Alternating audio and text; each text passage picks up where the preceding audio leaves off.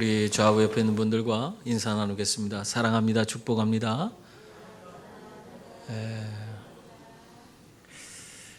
국민일보 겨자씨 코너에 보니까 사꾼과 사기꾼이라는 그런 내용으로 글이 쓰여져 있었습니다. 그래서 그걸 읽어보니까 너무 재미있어서 여러분에게 소개하고자 합니다. 그 내용은 이렇습니다. 사꾼과 사기꾼에게는 공통점이 있대요. 어떤 것이냐면 그 둘은 자신의 이익을 위해서 일한다는 데서는 공통점이 있다는 겁니다. 결코 양을 위해 자신을 희생하지 않는다는 것입니다. 왜입니까? 둘 다 자기를 희생할 만큼 양을 사랑하지 않기 때문에, 그래서 사꾼과 사기꾼은 양을 위해서 절대로 희생하는 법이 없다는 겁니다. 물론 자기 나름대로 최선을 다하긴 하지만은 그것도 자기를 위해서지 양을 위해서 위험을 무릅쓰거나 그런 일을 하지는 않는다는 것입니다. 이것이 바로 사꾼과 사기꾼의 공통점이라는 거예요. 그런데 이 사꾼과 사기꾼은 또 차이점도 아주 적나라하게 드러난다고 해요. 그게 뭐냐면 사꾼은 일한 대로 받고 또 받은 대로 일하는 그런 사람이지만은 사기꾼은 일하지 않고도 그 삭을 받아내는 그런 사람이라는 거예요. 자기가 일하지 않고 다 받아내서 그것을 누리는 그런 사람이 사기꾼이라는 것입니다. 사꾼은 그래도 주인의식은 없어요. 사꾼은 그냥 종된 의식이 있어서, 종의 의식이 있어서 종으로서 시키는 대로 그냥 일하는 그런 사람이지만은, 사기꾼은 오히려 자기가 주인도 아닌데 주인인 것처럼 행세를 하고 주인과 양을 기만하고 사람들을 속이고 그런 일들을 한다는 것입니다. 그래서 이렇게 사꾼과 사기꾼은 차이점이 있다, 그런 얘기를 하는 걸 봤어요. 여러분, 사꾼보다 사기꾼이 더 위험한 것 같아요. 그래서 우리는 사기꾼을 조심해야 될 것 같습니다. 그런데 교회 안에서도 이 사꾼도 되지 못하고요, 사기꾼처럼 행세하는 사람들이 있습니다. 하나님이 주시는, 자신은 아무것도 행하지 않으면서 하나님 주시는 오직 복만을 받기를 원하는 그런 사람들의 모습이 그렇지 않습니까? 여러분은 어떻습니까? 여러분의 모습은 하나님 앞에서 내가 사꾼입니까? 아니면 사기꾼입니까? 오늘 예수님 당시에 이 종교 지도자들은요, 이 사람들이 어느 사이엔가 사기꾼처럼 변해 있는 그 모습을 우리는 찾아볼 수 있습니다. 그들에게 주어진 지도자로서의 그런 책임은 다하지 못하고 어떻게 해요? 자기에게 주어진 그 기득권을 가지고 자기의 어떤 부와 명예와 어떻게 자기가 누릴 수 있는 모든 것들을 자기들이 취하려고 하는 그런 모습을 보이고 있어요. 이 사람들이 어떤 일을 합니까? 마치 하나님인 양 자기들이 사람들을 정죄하고 자신들의 그 수많은 기득권을 누릴 뿐만 아니라 성전을 이용해서 자신들의 부귀영화를 축적해가는 그런 사람들이었습니다. 여러분, 이렇게 사기꾼은 먼 곳에 있는 것이 아니에요. 우리 가운데 있습니다. 지금도 그리스도의 몸된 교회를 통해서 자신의 이득을 얻으려고 하는 자들이 있다면 그가 바로 사기꾼인 것입니다. 예수님 당시 종교 지도자들은요, 이 하나님의 성전을 통해서 돈벌이를 하고 있었어요. 그것을 관행이라는 그런 미명하에 거리낌 없이 그 일들을 행하고 있었던 것입니다. 이러한 지도자들의 그런 그릇된 관행에 돌을 던진 사람이 있었는데 그 사람이 누굽니까? 예수 그리스도세요. 예수님은 성전에 올라가서 어떤 일을 했어요? 성전에 올라가자 성전에서 수많은 매매하는 자들, 짐승을 판매하는 자들, 돈 바꿔주는 자들, 그 안에서 행하는 모든 일들을 보고 극히 그 분노를 일으켰어요. 그래서 다 그들의 상을 뒤집어 엎고 다 채찍을 만들어서, 노끈으로 채찍을 만들어서 그들을 내어 쫓았습니다. 이러한 예수님의 행위는 어떻게 보면은 정당한 것 같은데도 이 종교 지도자들에게는 어떤 눈으로 보였을까요? 자기들의 기득권에 도전하는 그런 세력으로 보일 수밖에 없는 것이고, 오히려 그들이 하는 그거, 예수 그리스도가 행하는 그것이 옳은 일이라면 자기들이 그동안 해온 모든 것들이 그릇된 그런 죄된 모습이었다는 사실을 드러내는 그런 일이 되었던 것입니다. 그래서 이들은 예수를 가만둘 수가 없는 거예요.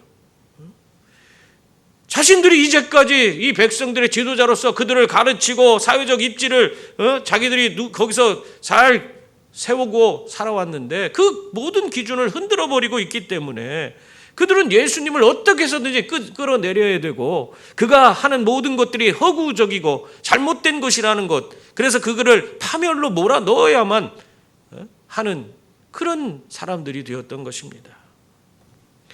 그런데 어떻게 됐어요? 그들이 예수님을 붙잡아서 그렇게 어떻게 해서든지 그를 잘못된 사람이라는 것을 증명하고 그에게 어떤 혐의를 뒤집어 씌워서라도 그를 끌어내리고 하려고 했지만은 아랫사람들을 보냈더니 아랫사람들이 예수님 만나고 와서 오히려 예수님께 은혜를 받았어요. 그래서 예수님을 도저히 잡을 수 없는 그런 상태가 된 겁니다. 그러자 이번에는 그러한 실수, 아랫사람들을 보내면 안 되겠다 생각하고 이들이 이번에는 새로운 사람들을 보내는데 누굴 보냈어요? 그들 가운데서 가장 강력한 율법의 수호자라고 일컬어지는 바리새인 중에 특별히 더 율법의 전문가인 서기관들을 그들과 함께 대동해서 예수를 잡으려고 보낸 것입니다. 이러한 상황 가운데서 예수님은요, 아무것도 모르시고 그냥 감람산에 오르셔갖고 기도하시다가 또 다음날 날이 새니까 어떻게 했어요? 아침 일찍부터 성전에 오르셨어요. 오늘 1절 2절 말씀 보세요. 거기 보면은 예수는 감람산으로 가시니라. 아침에 다시 성전으로 들어오시니 백성이 다 나오는지라 앉으사 그들을 가르치시더니, 그렇게 말씀하고 있어요. 이 예수님께서는 사실 자신을 잡으려고 이 사람들이 여러 가지 올무를 놓고 있다, 그리고 잡으려고 사람들을 보내고 있다 하는 그 사실을 모르셨을까요? 다 알고 있어요. 그럼에도 불구하고 그는 감람산에서 자기에게 주어진 모든 일들에 대해서 충분히 기도하시고 하나님과 충분한 교제를 나누시고 또 육체적으로도 힘을 가지시다가 아침 일찍 자기를 잡으려고 하는 사람들 그 가운데 모든 사람들에게 다 드러나는 성전 그 한복판으로 올라가셨던 것입니다. 여러분, 여기서 사용되는 이 아침이라는 단어는요, 이 다른 성경에는 새벽으로 번역되어 있어요. 그러니까 이 아침이라는 단어를 새벽으로 번역할 수도 있는 단어입니다. 그렇기 때문에 예수님이 그냥 적당한 시간에 그냥 한 11시쯤 성전에 올라간 게 아니라 눈을 뜨시고 바로 아침 새벽 일찍부터 성전에 올라섰다. 그것을 우리가 알 수 있는 거예요. 그 단어를 통해서 우리는 알 수가 있는 것입니다. 여러분, 왜 예수님이 이렇게 아침 일찍부터 서둘러서 성전에 오르신 것입니까? 천천히 오르면 안 됩니까? 어차피 사람들이 자기를 잡으려고 하고 있는데, 부정적인 사람들이 자기를 해하려고 얼마나 자기를 넘어뜨리려고 여러 가지 계략을 세우고 있는 거 다 아시면서 왜 아침 일찍부터 올라가십니까? 그것은 다른 게 아니에요. 예수님을 만나기 위해서 아침 일찍부터 올라오는 그런 수많은 백성들이 있었기 때문에 그들을 간과할 수 없기 때문에 예수님께서도 일찍 올라가신 거예요. 오늘 2절 말씀에 보면 예수님이 성전에 들어오시자 사람들이 어떻게 했다고 기록하고 있습니까? 백성이 다 나오는지라. 백성이 다 나왔다고 그렇게 말하고 있어요. 여기서 이 백성이라는 것은 예수님을 지지하는 그런 사람들만을 이야기하는 것이 아니에요. 예수님을 적대시하고 예수님에 대해서 분명한 어떤 확신을 갖지 못하는 그런 사람들, 그 사람들까지도 예수님께 나아왔다 하는 것입니다. 여러분, 예수님께서 성전에서 천국 복음을 전하실 때 그 영향력이 얼마나 컸던지 그거를 이렇게 긍정적으로 받아들이는 사람이나 부정적으로 그걸 받아들이지 못하는 사람이나 다음 날이 됐을 때 또 예수님을 만나고 싶어하는 그런 마음이 생겼던 거예요. 그들의 마음이 예수님께로 향하게 만들었던 것입니다. 그래서 예수님 앞에 모든 백성이 다 나오는, 아침 일찍부터 이렇게 나오는 그런 일이 주어졌던 것입니다. 이렇게 사람들이 예수님께 나왔을 때 예수님은 어떻게 하셨어요? 그들을 외면하지 않으셨습니다. 그들 가운데 자기에게 정말 긍정적인 평가를 하고 자기를 좋아하는 그런 사람도 있지만 그렇지 않은 사람들이 있음에도 불구하고 그들 모두를 다 받아들이시고 그들 가운데 참된 진리를 하나하나 가르치기 시작합니다. 그래서 예수님이 왜 그렇게 하신 걸까요? 한 사람이라도 더 그들이 마음의 변화를 받아서 예수님을 그들의 구주로 모시고 변화받아 구원과 영생과 천국을 누리게 하기 위해서, 한 사람이라도 더 구원받게 하기 위해서 이렇게 예수님은 그들에게 열심히 그들을 모두를 다 받아주시고 가르치신 것입니다. 여러분, 이처럼 예수님은요, 긍정적인 사람, 자기를 좋아하는 사람이나 그렇지 않고 자기에게 부정적인 그런 생각을 갖고 있는 사람이라고 할지라도 어떻게 했어요? 다 받아주시는 분이셨습니다. 누구라도 똑같이 사랑해 주시고 그들이 구원받고 영생 얻기를 원하시고 계시다는 사실을 여러분 기억하시기 바랍니다. 우리가요, 오늘날 이 신앙생활하면서 간과하는 게 있습니다. 내가 예수 믿는 거 참 그것이 하나님 은혜입니다. 그래서 구원받은 기쁨과 감격 속에 우리는 살아가요. 그러면서 우리는 어떤 생각을 하냐면, 저 밖에 예수 믿지 않는 사람들은 다 저주받을 백성들이고 저들은 이미 지옥 백성이에요. 지옥의 백성이고 그들과는 상종하지 말아야 될 것처럼 생각하는 경우가 있습니다. 그러나 예수님은 오늘 모습에서 뭘 보여주고 있어요? 그렇지 않다는 거예요. 우리가 먼저 예수님을 믿고 이렇게 나와서 예배드리는 자로 서 있지만은 우리들도 사랑해 주실 뿐만 아니라 예수님은 저 밖에 아직 하나님을 알지 못하고 예수를 영접지 못한 그 사람들도 사랑하고 있다는 거예요. 그들도 주님은 품고자 원하시고 또 주님의 마음을 품고 우리들도 그들을 품을 수 있는 사람이 되기를 원하시고 있다는 사실을 기억하시기 바랍니다. 그러므로 주님께 나오는 자는 누구라도 도저히 믿을 것 같지 않은 그런 사람이라 할지라도 예수님은 다 그들을 다 받아주시고 사랑해 주시고 그들이 구원과 영생과 천국을 누리기를 원하시고 계십니다. 그러므로 누구에게든지 우리도 정말 마음 열고 다가가시는 그런 분들이 다 될 수 있기를 바랍니다. 이렇게 성전에서 열심히 가르치고 있는 예수님 앞에 누가 나왔어요? 오늘 말씀에 보니까 서기관과 바리새인들이 나왔습니다. 3절 말씀이에요. 서기관들과 바리새인들이 음행 중에 잡힌 여자를 끌고 와서 가운데 세우고, 그렇게 말씀하고 있어요. 서기관들과 바리새인들은 지금 예수님의 가르침을 받기 위해서 나온 겁니까? 그렇지 않아요. 예수님의 가르침을 받고자 나온 사람들이 아니에요. 철저히 그들은 계획적으로 예수님을 올무에 걸어서 그 예수님을 넘어뜨리기 위해서 특별하게 계획을 세우고 파견된 그런 사람들이었던 것입니다. 그래서 그들은 음행 중에 잡힌 여인을 데리고 나왔습니다. 왜입니까? 아랫사람들처럼 예수님의 말씀에 현혹되고 뭐 그런 사람이 되지 않고 도리어서 자기들의 계획대로 예수를 올무에 확실하게 걸 수 있는 방법을 찾아서 이 음행한 여자를 데리고 나온 것입니다. 여러분, 마귀는요, 우리가 생각하는 것보다 더 치밀합니다. 그냥 대충 여러분 앞에 나와서 마귀인 것을 드러내는 그런 게 아니에요. 철저하게 준비하고 여러분 앞에 나타납니다. 오늘 말씀에서도 보면은 이 예수님 앞에 나온 이 바리새인과 서기관들이 얼마나 준비하고 나왔어요. 철저히 예수님이 물러설 수 없는 그런 상황을 만들어서 예수님을 확실하게 올무에 걸고자 이렇게 나온 것입니다. 여러분, 마귀가 오늘 우리에게도 확실하게 우리를 넘어뜨리고자 아주 치밀한 계획을 세우고 다가오는 것을 여러분 믿으시기 바랍니다. 우리가 넘어질 수밖에 없는 방법으로 우리가 신앙에서 더 점점 멀어질 수밖에 없도록 나도 모르게 자주 하나하나 한 단계 나도 모르게 점점 어느 순간에 내가 뒤돌아볼 때 우리 주님과 내 사이가 멀어져 있는 그런 상황으로 몰아가는 경우가 얼마나 많은지 몰라요. 그래서 우리가 영적으로 깨어 있어야 되는 거예요. 영적으로 깨어 있지 못하면 결과적으로는 그렇게 우리는 살아갈 수밖에 없는 거예요.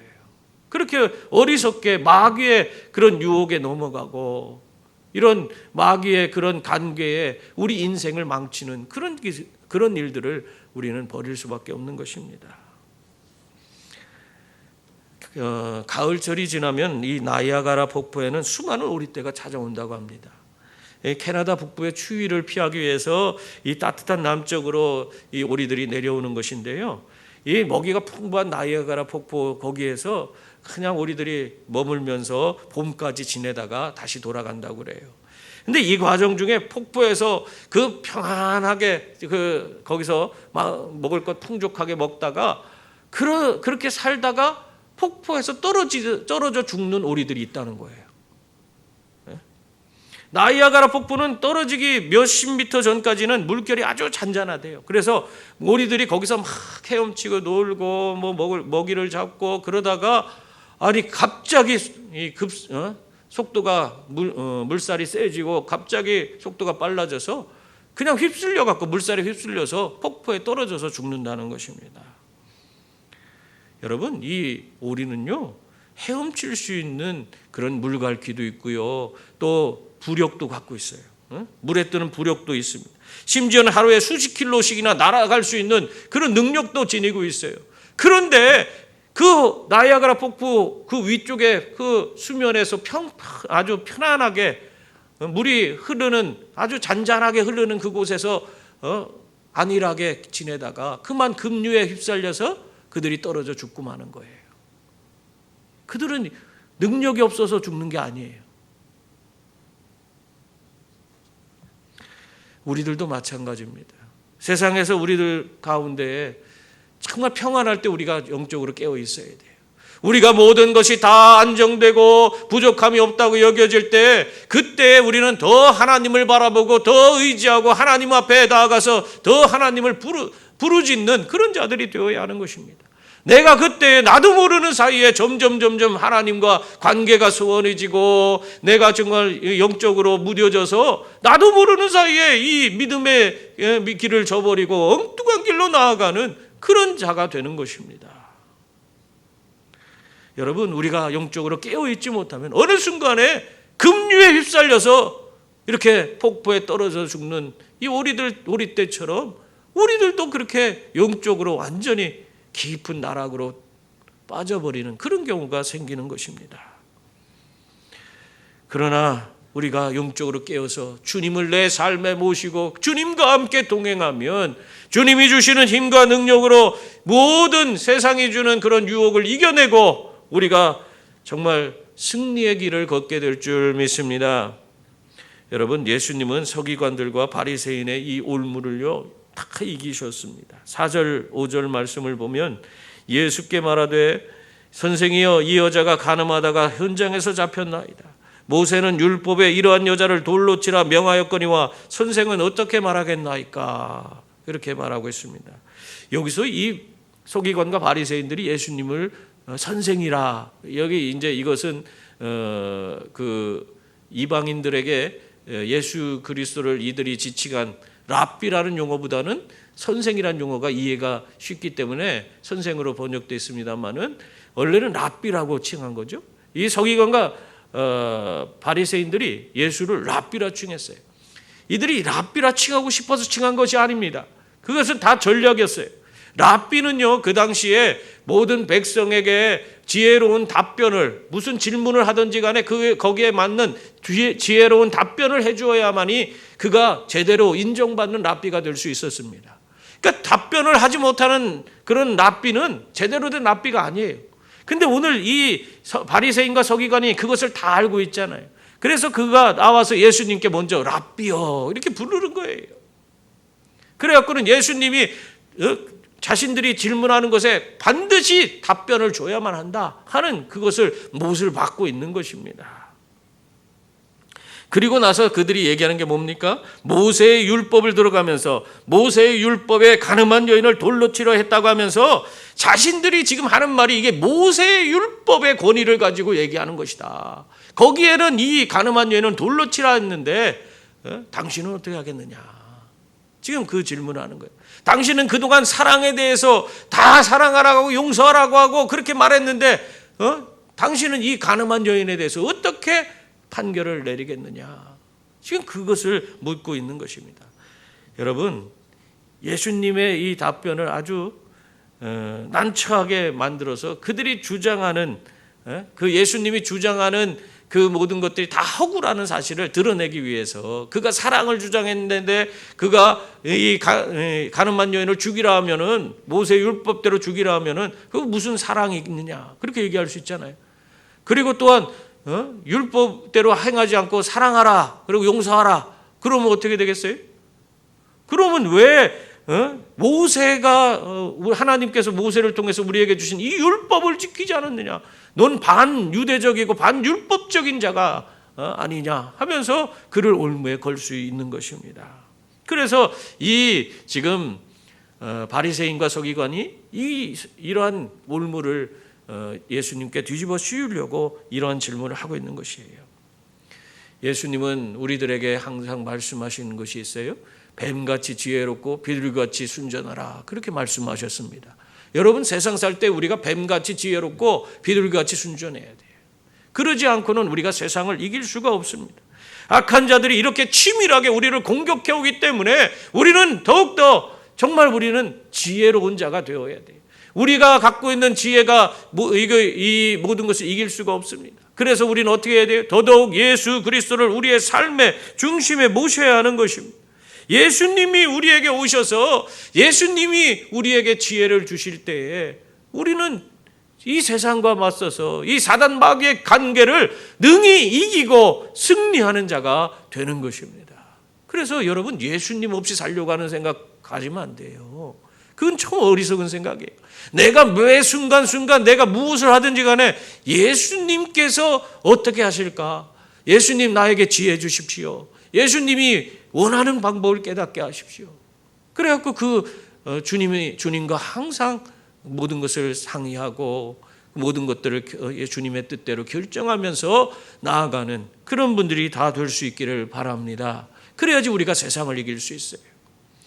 예수님은 이러한 교묘한 그런 계략을, 이 바리새인과 서기관들의 계략을 어떻게 이기셨어요?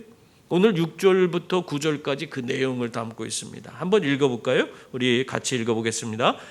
그들이 이렇게 말하면 고발할 조건을 얻고자 하여 예수를 시험함이러라. 예수께서 몸을 굽히사 손가락으로 땅에 쓰시니 그들이 묻기를 마지 아니하는지라.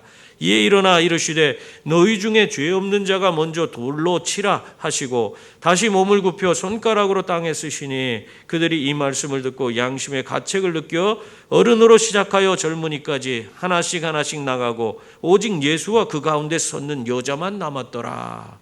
아멘. 예수님은 이들의 계략을 알고 먼저 어떻게 하셨어요? 땅에다 무언가를 쓰셨어요. 그것이 무엇인지를 알고자 하는 사람들이 많아요. 그래서 그것은 뭐다, 예수님께서 거기다가 십계명을 쓰셨다. 또 어떤 사람은 그 당시에 죄목록이 있었는데 그 죄목록 하나하나 전부 다 거기다 기록을 했다. 그런 얘기를 합니다. 근데 어쨌든 예수님께서 땅에다 뭘 쓰신 것은 분명합니다. 그러나 지금 뭘 썼는지는 사실 정확하게 우리가 알 수는 없어요. 근데 예수님께서 왜 이런 의도를 갖고 하셨는지는 우리가 파악할 수 있습니다. 이 간음하다 잡힌, 음행하다 잡힌 이 여인을 끌고 왔을 때 사람들은 다 흥분해 있는 거예요. 음행한 여자를 다 돌을 하나씩 들고 다 쳐서 죽이려고 다 몰려드는 겁니다. 그런 사람들 앞에서 예수님 앞에 이 사람을 어떻게 할까요? 질문했을 때 예수님이 땅에다 글을 쓰고 있을 때 그 사람들은 예수님을 바라보며 뭔 생각을 했겠습니까? 예수님 바라보면서 그 갖고 있던 흥분을 가라앉히게 되는 거예요. 예수님 대체 뭘 쓰시고 뭐라고 하실까 그 생각을 하면서 잠시 자기가 흥분하던 그런 것들을 다 잊어버리고 흥분을 가라앉힐 수 있는 그런 시간을 갖게 된 거예요. 그들이 그렇게 해서 자신의 이성을 찾았을 때 그때 예수님께서 일어나셨습니다. 그리고 뭐라고 하셨어요? 너희 중에 죄 없는 자가 돌로 치라. 저는 이 말씀 읽을 때마다 막 소름이 돋아요. 너무나 흥분돼요. 어떻게 예수님은 이러한 지금 급박한 상황 가운데서 이렇게 지혜로운 말씀을 하실 수 있었을까? 이 엄청난 지혜를 갖고 계신 분이 나의 구주 나의 하나님이라니, 이분이 나와 함께 하시는 우리 주님이시라니, 너무나 막 기대가 되고 흥분이 되고 너무너무 놀라워요. 이 대답 한마디, 너희 중에 죄 없는 자가 돌로 치라. 대단하지 않습니까? 여러분, 사람의 지혜가 하나님의 미련함보다 못하다고 그렇게 성경은 말씀하고 있습니다. 어찌 우리 예수님의 지혜로움에 인간의 지혜를 견줄 수가 있겠습니까? 그러므로 예수님을 온전히 바라보고 예수님의 지혜로 말미암아 살아가는 분들이 다 될 수 있기를 바랍니다. 우리에게 구하면 주시겠다 말씀하신 주님께서 우리에게 지혜를 부어주시면 그 지혜를 가지고 우리가 세상을 이기고 살아가는 그런 분들이 되어야 합니다. 거리에서 구걸을 하는 노숙자가 있었습니다. 이 사람이 하루는 고급 승용차가 자기 앞을 지나가는 거예요.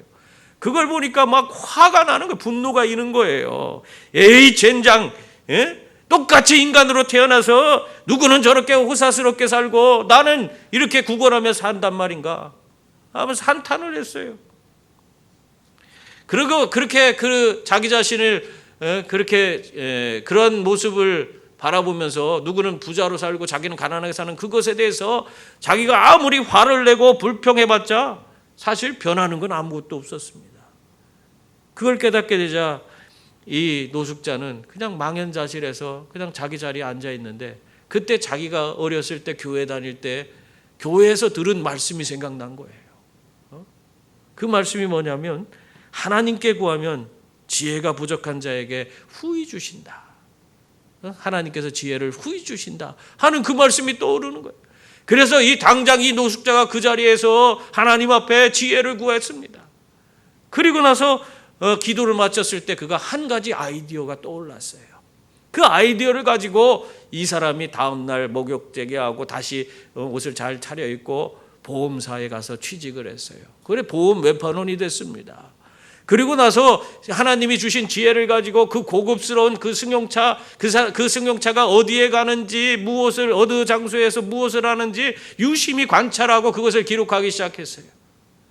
그리고 나서 그 사람들의 필요에 딱 맞는 보험을 가서 그 사람에게 팔기 시작해서 이 사람이 보험 왕이 됐어요.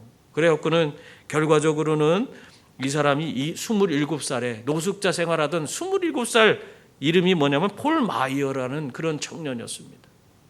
실제적 인물이에요.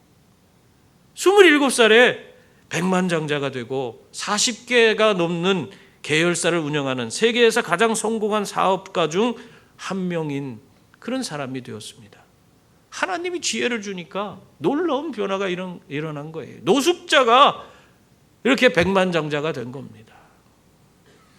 여러분, 우리 하나님은 정말로 우리에게 모든 것을 아낌없이 주시는 분이신 줄 믿습니다. 막막하고 갈 바를 알지 못하는 그런 삶 가운데 있다고 할지라도 주님을 바라보세요. 아낌없이 내려주시는 주님께서 여러분에게 반드시 필요한 것들을 공급해 주시고 여러분이 나아갈 길을 열어주실 줄 믿습니다. 그러므로 항상 주님을 의지하고 주님이 주시는 지혜로 어떠한 상황과 환경 가운데서도 늘 승리의 기쁨을 누리며 살아가는 우리 모두가 될 수 있기를 바랍니다. 예수님의 이 말씀에 양심의 가책을 느낀 사람들이 하나둘씩 다 사라져버렸어요. 무슨 말씀이었어요? 죄 없는 자가 돌로 치라. 너희 중에 죄 없는 자가 먼저 돌로 치라. 한 그 말씀에 그냥 한 사람 둘씩 양심의 가책을 느껴서 다 사라져 버렸습니다. 그러자 예수님께서 여자에게 말씀하셨습니다. 뭐라고 했어요? 10절 11절 말씀이죠.